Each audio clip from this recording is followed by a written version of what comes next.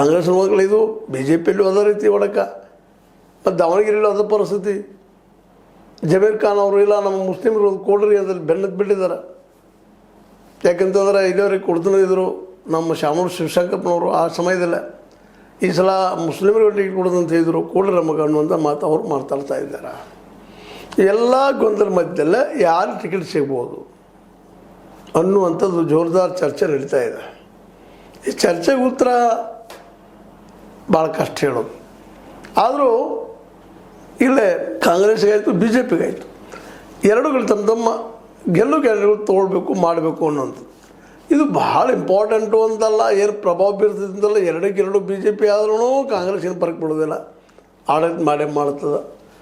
ಇಲ್ಲ ಎರಡೂ ಕಾಂಗ್ರೆಸ್ ಆದರೂ ಪ್ರಶ್ನೆಯೂ ಇಲ್ಲ. ಯಾಕಂದ್ರೆ ಇನ್ನು ಮುಂದಿನ 2 ವರ್ಷದಾಗ ಮತ್ತೆ ಎಲೆಕ್ಷನ್ ಬರುವಂಥ 2022ರಲ್ಲಿ. ಆದರೆ ಇದು ಜಿದ್ದಿದೆ. 2022ರಲ್ಲಿ ಯಾರು ಗೆಲ್ಲಬಹುದು, ಯಾರು ಮೆಜಾರಿಟಿ ಆಗ್ಬೋದು, ಜನ ಅಭಿಪ್ರಾಯ ಏನು ಅನ್ನೋದಕ್ಕೆ ಇದೊಂದು ದಿಕ್ಸೂಚಿ ಆಗ್ತೈತಿ ಅನ್ನೋದಕ್ಕಾಗಿ ಇದ್ರ ಬಗ್ಗೆ ಎಲ್ಲರಿಗೂ ಕಾಳಜಿ. ಅದರಲ್ಲೂ ಮುಖ್ಯವಾಗಿ ಎರಡೂ ಕಡೆ ಕಾಂಗ್ರೆಸ್ಸಿನ ಸ್ಥಾನಗಳಿದ್ವು. ಅವು ಒಂದು ಕಡೆ ಮೇಟಿ ಅವರು, ಇನ್ನೊಂದು ಕಡೆ ಶಾಮೂರು ಶಿವಶಂಕರಪ್ಪನವರು.